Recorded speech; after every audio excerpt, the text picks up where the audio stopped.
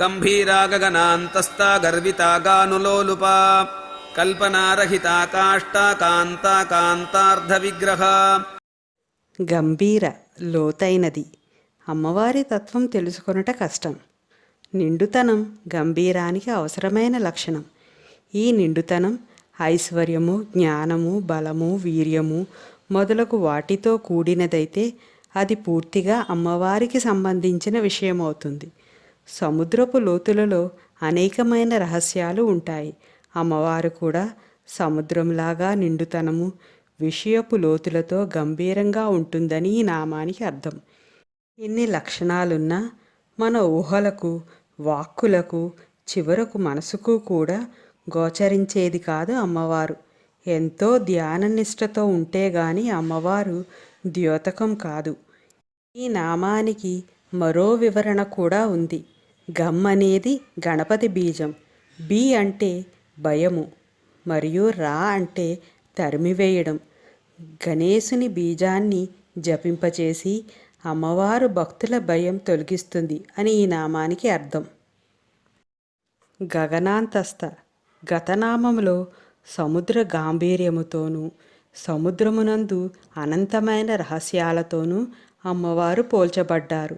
ఈ నామములో ఆకాశ ఔన్నత్యముతో పోల్చబడి ఎంత ఎత్తుకైనా వెళ్ళగలుగు సూక్ష్మతమమైన వికిరణాత్మక లక్షణం కలిగినదిగా చెప్పబడుతుంది.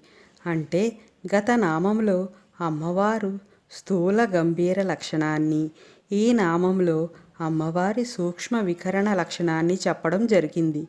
ఈ రెండు లక్షణాలు కలదే అమ్మవారు. ఈ గగనం పూర్ణమైనది. దీన్నే పురాణాలలో అదితి, మూల ప్రకృతి అన్నారు. దీని నుండి సృష్టి యావత్తూ వస్తుంది. గగనమంత విశాలమైనది మరొకటి లేదు. అందుకే సర్వవ్యాపి అయిన అమ్మవారిని గగనంతో పోలుస్తారు. గర్విత గర్వము కలిగినది. రాగము పాశానికి, క్రోధము అంకుశానికి ప్రతీకలని చెప్పుకున్నాము. అలాగే గర్వం ఏకఛత్రాధిపత్యాన్ని, రాజసహంకారాన్ని సూచిస్తుంది. అమ్మవారి గర్వం పరవశత్వాన్ని సూచిస్తుంది. పర వశము అంటే పరమేశ్వర వశములో ఉన్న అమ్మవారు గర్వం పొందినదవుతుంది. ఇక్కడ గర్విత అంటే అహం బ్రహ్మాస్మి అనే స్థాయి అని అర్థం.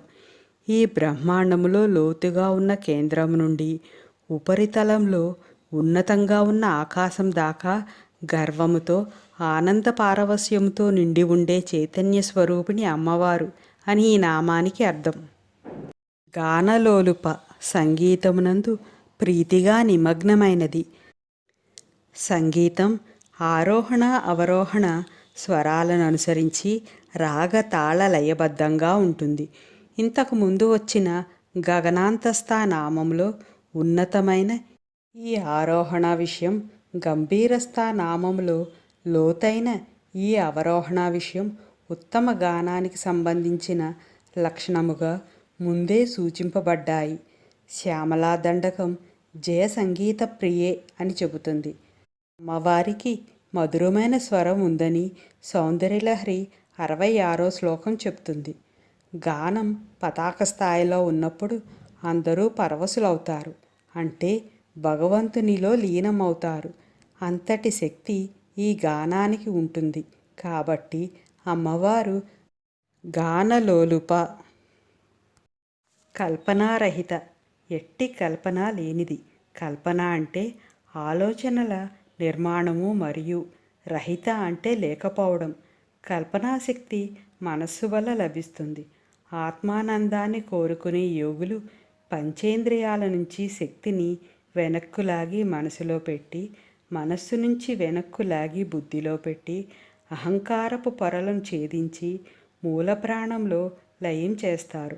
అప్పుడు ఇక ఆలోచనలు ఉండవు, ఊహలు, కల్పనలు ఇవేవీ ఉండవు. ఈ స్థితి శుద్ధ జ్ఞాన స్థితి.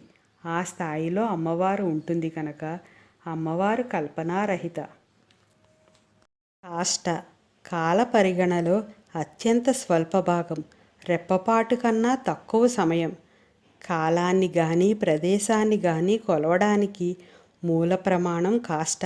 కాబట్టి ఈ కాష్ట అనేది దేశకాలాత్మకంగా ఉండే అమ్మవారి యొక్క చిన్న ప్రమాణం అవుతుంది. ఇక్కడ కాష్ట అంటే హద్దు అనే అర్థం వస్తుంది. పరమాత్మ సాయుధ్యమే అతి గొప్ప ధనం. యోగా సాధనతో అది లభిస్తుంది. అయ్యవారు గగనం లాంటి వారైతే అమ్మవారు దిక్కులాంటిది. గగనాత్మకుడైన అయ్యవారిని ప్రత్యేకంగా భీముడు అనే పేరుతో పిలుస్తారు. అలాగే దిక్స్వరూపిణైన అమ్మవారిని కాష్ట అని పిలుస్తారు. అకాంత. కాంత అనేది 329వ నామంగా ఇంతకు పూర్వం వచ్చింది. ప్రస్తుతం కూడా కాంత అన్నట్లుగానే చెప్పుకుంటే ఈ నామం పునరుక్తం అవుతుంది. అందువలన ముందు నామంలోని అకారంతో కలిపి అకాంత అని చెప్పుకోవడం జరుగుతుంది. అకము అంటే బాధ, నిరాశ, పాపము, దుఃఖము అనే అర్థాలు ఉన్నాయి. ఇన్ని రకాల అర్థాల పరంగాను ఈ నామాన్ని వివరించుకుంటే బాధను, నిరాశను, పాపమును, దుఃఖమును అంతము చేయనది అనగా పోగొట్టున్నది అని ఈ నామానికి అర్థం. కాంతార్థ విగ్రహ. కాంతుడైన ఈశ్వరునిలో అర్ధభాగము. శివుని కోసం తపస్సు చేసి శివుని శరీరములో సగమైన వామభాగాన్ని పొందిన అమ్మవారిని సూచించే నామం ఇది. వాస్తవానికి అర్ధనారీశ్వరునిలో అటూ ఇటూ ఉన్నవాడు అయ్యవారే. అయినా భౌతిక విగ్రహం మాత్రం అమ్మవారే. భర్త శరీరంలో సగభాగం పొందినది లేదా సగభాగముగా ఉన్నది అని ఈ నామానికి అర్థం. సౌందర్యలహరిలో 23వ శ్లోకం కూడా ఈ రూపాన్ని సూచిస్తుంది.